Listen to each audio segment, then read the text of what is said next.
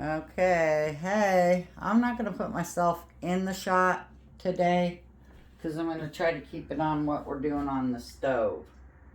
So today we're making ham and veggie casserole. This is a great thing to do with your leftover ham at Christmas time. So I'm going to start with, move that off the burner for a hot second. We'll just switch here for a minute. Alright, so you got to start with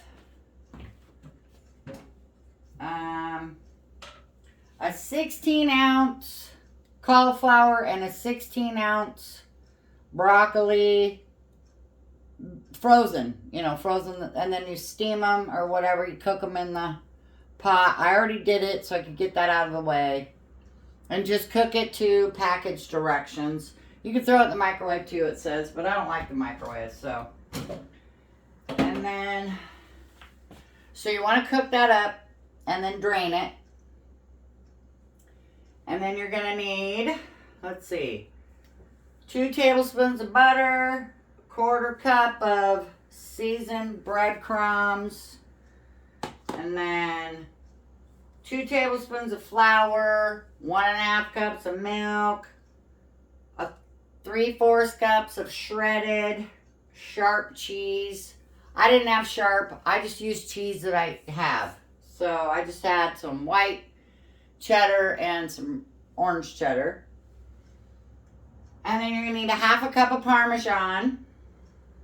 And then 2 cups of cubed ham. And 1/4 teaspoon of pepper.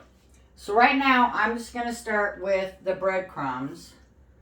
And so it says 2 tablespoons, and I am doubling this recipe, so, but you're just going to use 2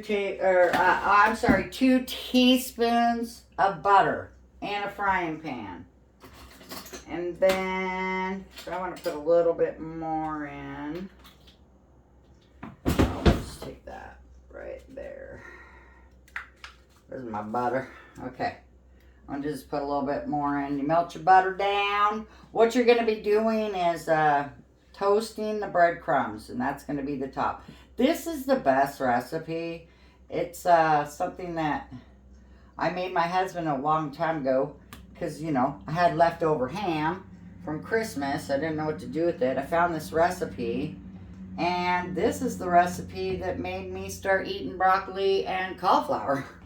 Because I wasn't a big fan. I couldn't get past the smell. But I love cauliflower. Broccoli, I could take it or leave it. But I love cauliflower. Alright, and then you put your breadcrumbs in here. Like I said, I'm doubling the batch. So this should only be, like, if you're following just the regular, it'd be a 1/4 cup. I'm going to pop it up a little bit because it takes a minute. You just stir it around, get it all covered, got buttered. Yeah, oh my gosh, I'm super excited because I love this. So I'm making some for a client and I'm making some for me. So that's why I'm doubling it. So I'll take half of this cheese sauce out. I might just leave the breadcrumb because it's so good. And I don't know, 1/4 cup's great, but hey, measure with your heart, like they say. That's what I do. I'm just trying to get measurements for you guys. I'll put the recipe, like I always do, down in the description. But if you want more, like breadcrumbs, you do it. And this is going to go in a 9x13. It doesn't say to prep the pan with oil, but I do. Because you never know. Because you will end up baking this, so I'm going to prep the pan. And it's always, I don't know, unless you got something that says don't do it. It's a guarantee that it won't stick. Alright, it's all ready. So let me toast this, so I'll come right back. Okay, that is all toasted now. So we're just going to set it aside and then move on to basically the cheese sauce. I kind of keep stirring it until it cools down a little bit because I had my burner on a little high. So keep it out of the center, I guess, because my pans, like, they spin, see? They're all warped. I need new pans. Hey, that's okay. I'm working on enameled cast iron. They're heavy, but I love them. Okay, now we're working on, so I've cut some ham up, and then we're gonna go with the cheese sauce. We're just gonna throw our butter in, get that melting. I'm gonna grab a bigger whisk. This is such a great sauce. I mean, you could use it for anything. You can make a good mac and cheese sauce too. Love me some mac and cheese. I found a really easy recipe too. I think it's like, well, it says to put your macaroni in and then put the water over it just to cover it. And it's just water, but I added some chicken bouillon. And oh yeah, it was so good. You just boil the water out too. Reminds me of the Instapot mac and cheese, but you know, on the stove. And I don't care who you are. Anything you make on the stove is way better than you could ever make anywhere. Or, you know, crock pot or... Anyways, get back to what I'm doing, Lisa. Flour goes in. Okay, I time this because, well, I like to. So you're gonna, because you want to cook that flour off. You know, you're gonna cook it down. So if you cook the flour down, it doesn't taste all floury. So you just keep kind of stirring and cooking it, and it'll kind of brown a little, you know, if you cook it long enough. Like I said, I like the timer instead of because I get a little, I'm done stirring, I just want to get on with the recipe. So I just want to make sure, because sometimes I don't cook my flour long enough sometimes and it tastes floury, so I gotta compensate for seasonings and stuff, and then I over salt, and yeah, so this is one thing I do for myself, because I guess I need it for myself. Oh my goodness, I've had quite the day. Nice and quiet though. I like it. Let's see how it's kind of browning. Kind of nice. Okay. What's this? Oh, there's something in there. I get it? Maybe I'm high. Ha! That could be. Oh, it is there. Oh, it's ow!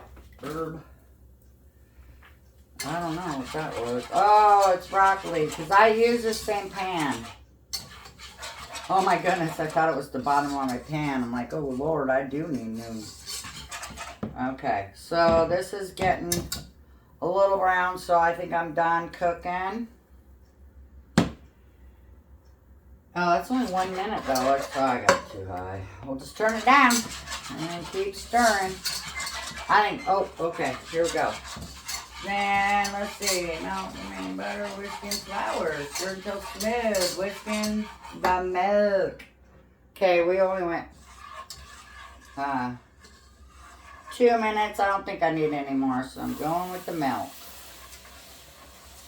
And I've had the milk out for a little bit, so it would be, you know, warm. It would take so long to cook, to make the sauce thick.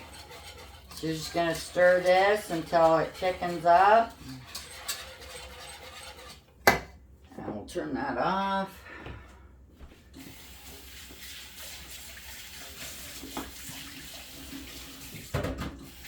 I just want you to know, this is kind of how you make milk gravy. I mean, It's a wonderful thing. You don't have to go buy gravy, you know, in a jar or a packet. I'm not a big fan of that stuff. Don't get me wrong. I use it. Not very often, though. Maybe in a crock pot. You know, I've tried some recipes that call for that stuff. But usually, if it calls for a packet of gravy or Velveeta cheese or cream of anything, cream of mushroom, cream, I am not a big fan. So I'll usually back out of that recipe the minute it calls for it. Because some of that stuff's super easy. Like gravy. Gravy's easy. Especially milk gravy. I think it's easier than water. Because I really haven't had no problems with lumps in milk gravy or nothing.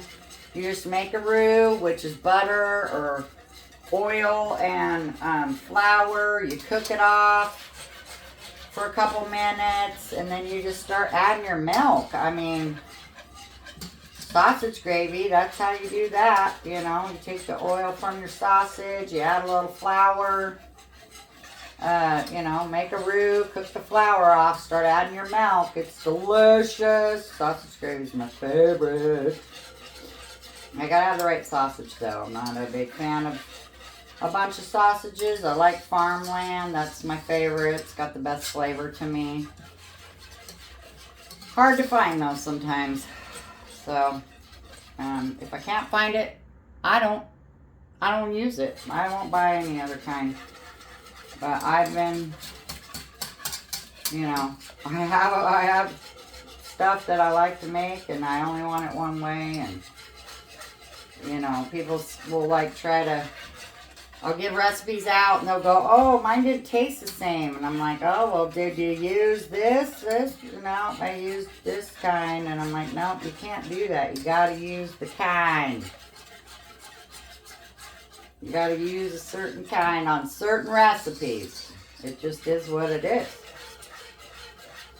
You know? Anyways, just keep stirring. Just keep stirring. Okay, I'm going to let this thicken. I'll be right back. Okay, it did say bring it to a boil, but, you know, don't burn it.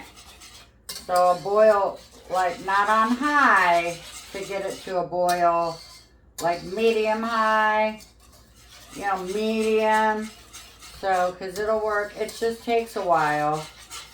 So this is all thick. Now, whew. You know what I like about this recipe too is because of all the cheese. You don't need no salt. I mean, it does call for a little pepper, but you don't need no salt. And it says, remove from heat. And then stir in your cheese. Yeah, this is, it's pretty good thickness. So here we go with the cheese. I got a cup and a half of cheese. Who knows? Just like I said, measure with your heart. And then I got a cup of Parmesan. I like to put it in my little Ninja chopper and chop it down. It melts way easier because the Parmesan is store-bought. I do like fresh Parmesan, and I have a little block in there, but I already had to grate the other cheese, so I wasn't a big fan of grating that. So, which is fine. It's fine. It's fine. Especially if you crumble it up, you know, get it a little bit because they're so long. Look at that. Look at it. It's beautiful. Beautiful. All right, so here's your cheese sauce. Okay, usually I would add the ham and the broccoli, but I put the ham in the pan.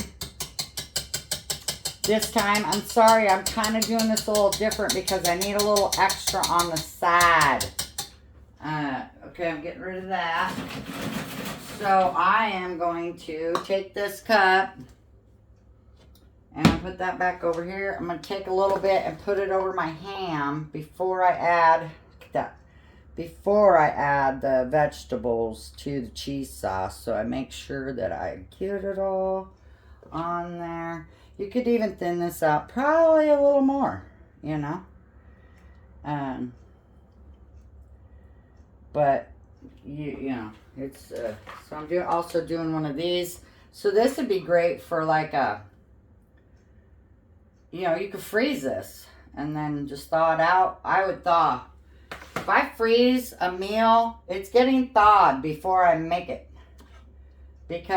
Or reheat it. Because reheating, sometimes will cook the shit out of it. So I suggest that if you're going to reheat from the freezer, you should take it out of the freezer like the day before, and then, you know, and then reheat it.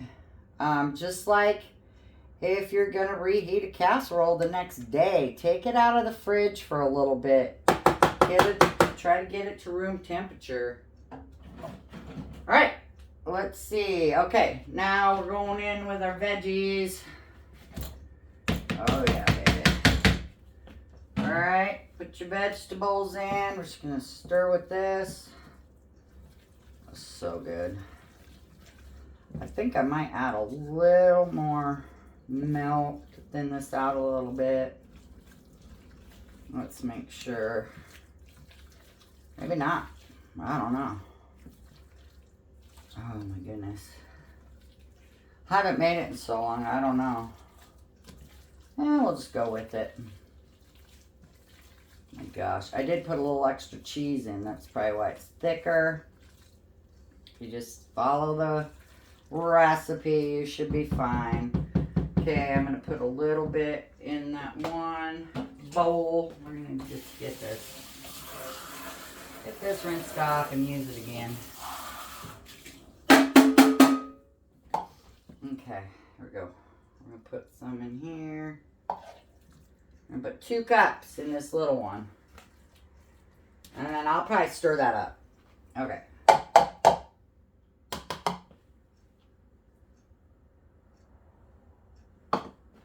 Alright, I'm going to dump that on here. Get all that cheesy goodness up the bottom. Man, I just want some right now. I never make myself any. Occasionally, but not very often. And then I go, oh man, I wish I could have some. Alright, now we're going to stir this all up. I mean, it's no big deal. I should have maybe added the ham, but into that bowl. I don't like bending this, but I didn't, and this is what we're getting. Ooh, okay. Mix that up. Now, usually I just throw it all in that pot and mix it up in there. But today, I'm sorry, I did it a little different, but I didn't want to not video, so I'm trying to get back to the videos so I can show you all these delicious recipes. This is just one of my favorites. All right. I'm sorry, I'm a mouth breather. I don't know. All right. So there's that. Oh, yeah. I'm licking it. Oh my gosh. So good. Okay. It's so good. I forgot the pepper. It says to do a little bit of pepper, but I forgot. But I don't think it needs it. I'm not a big pepper fan, but I don't think this needs anything.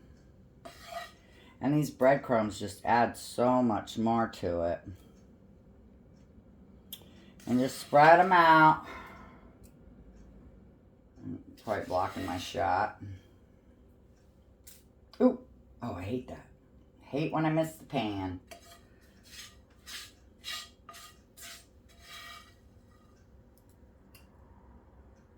Oh my gosh.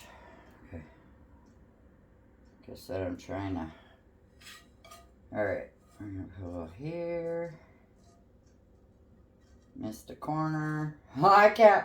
I watch videos and they miss a spot and I'm like, oh man, are you gonna get that? Are you gonna get that? You're missing the pan. Or you're missing a spot. Or you're missing, oh man, they stir. You know, and then they miss the middle, and I'm like, wait, you gotta get that. Okay, I don't want to get that dirty. All right, we're just gonna tap that back in here. All right, voila. There you go. And this is gonna go in the oven, uncovered, 10 to 15 minutes on 425. Merry Christmas and happy life.